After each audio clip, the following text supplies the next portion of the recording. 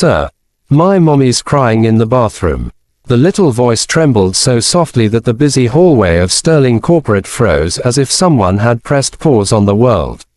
CEO Adrian Cole, the man rumored to have no heart and no time, stopped mid-stride, briefcase still in hand, and looked down at the tiny girl tugging at his coat sleeve. Employees stared, whispering behind their hands.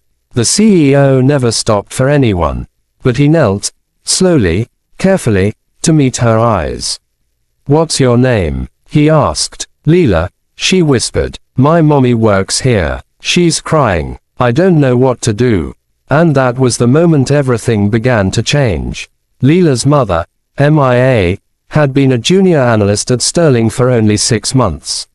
She came in early, left late, and walked the tightrope of survival as a single mom trying to prove she belonged in a world that didn't seem to have room for mistakes.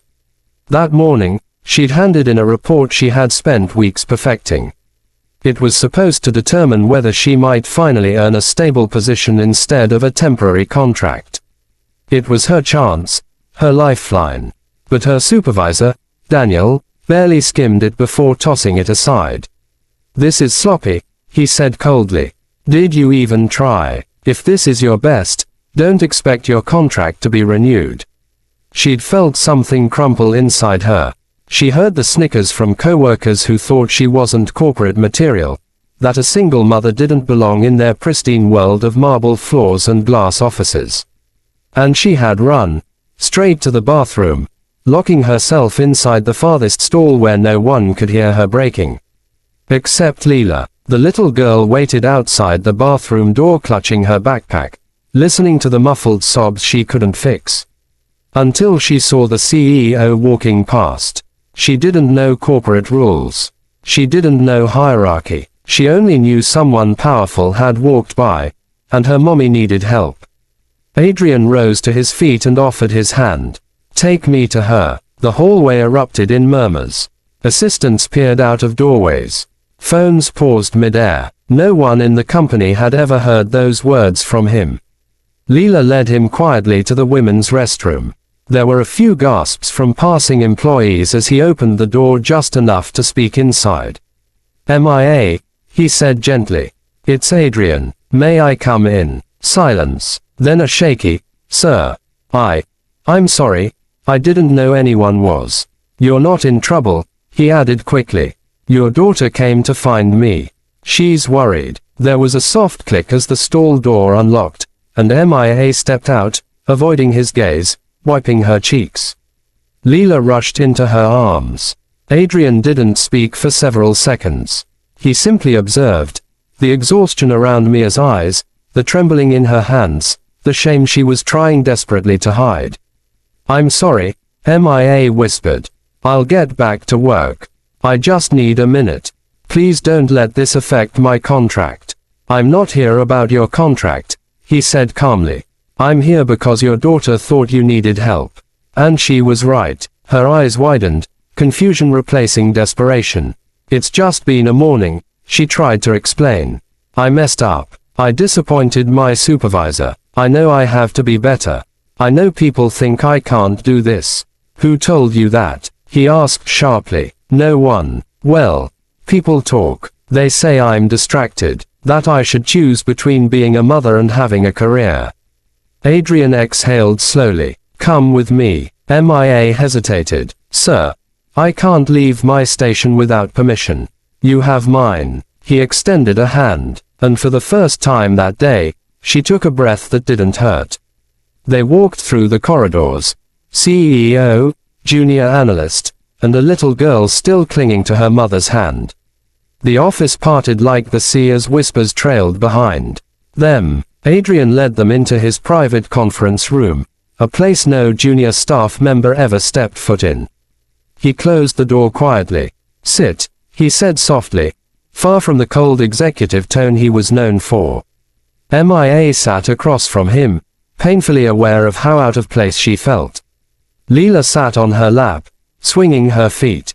"Now," Adrian said, folding his hands. "Tell me what happened." "The truth." MIA swallowed hard and told him everything. From the weeks of working late after putting Leela to bed, to how she asked her sister to babysit so she could review her report one last time. She told him how her supervisor dismissed her efforts without a second thought. She told him about the pressure, the loneliness, the fear that no matter how hard she worked, it wouldn't be enough. When she finished, Adrian didn't respond right away. Instead, he opened the file Daniel had rejected. He read it slowly, carefully, and when he was done, he closed it and looked up. "This is excellent work," he said simply. She blinked in disbelief. "But he said," "He was wrong," Adrian interrupted. "Very wrong." She stared at him, stunned. "And he will answer to me for it." Her breath caught. "You're talented," Adrian continued.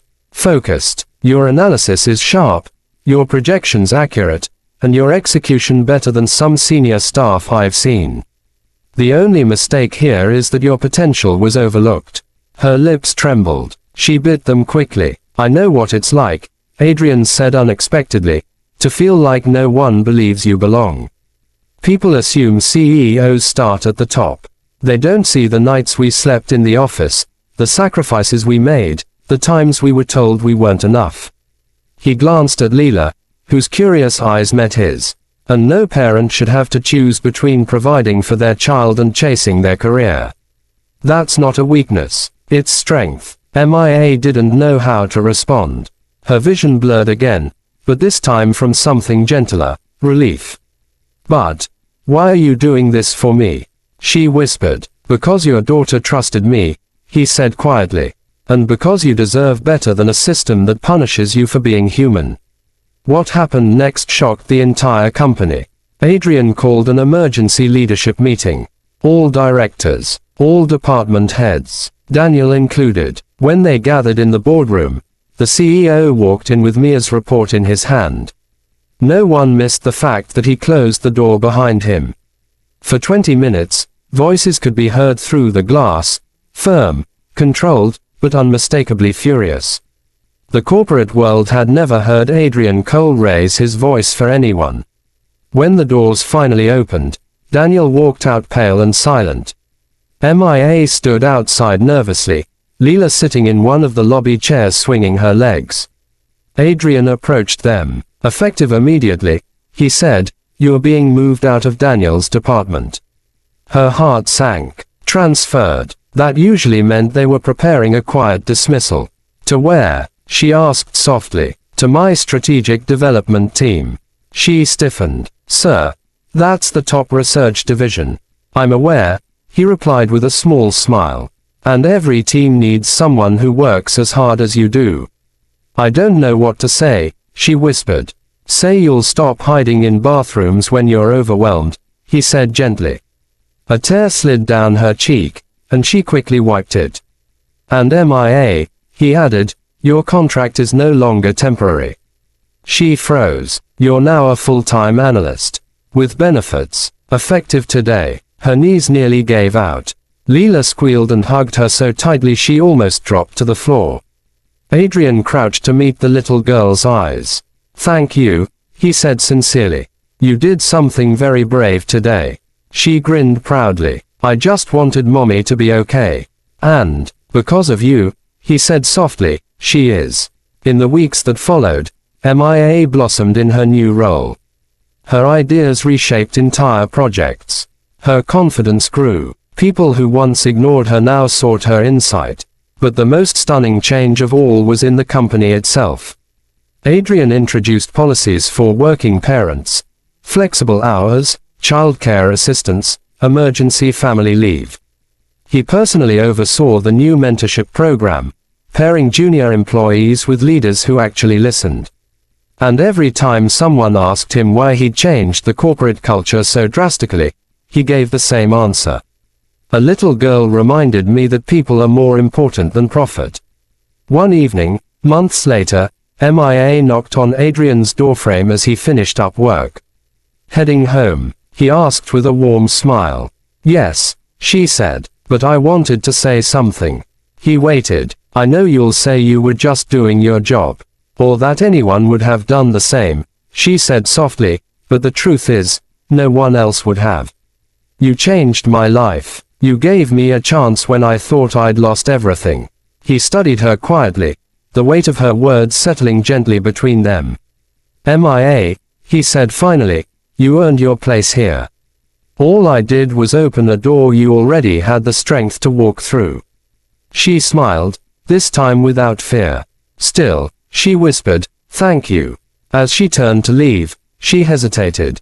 "And sir, yes, Leela says she wants to bring you cookies tomorrow. She says heroes deserve treats." For the first time in a long time, the CEO's laughter echoed through the hallway. "I'd be honored." And as the lights dimmed and the office quieted, the story of a little girl, a crying mother, and a CEO who decided to care became a reminder whispered through Sterling Corporate. Sometimes the smallest voice can spark the biggest change.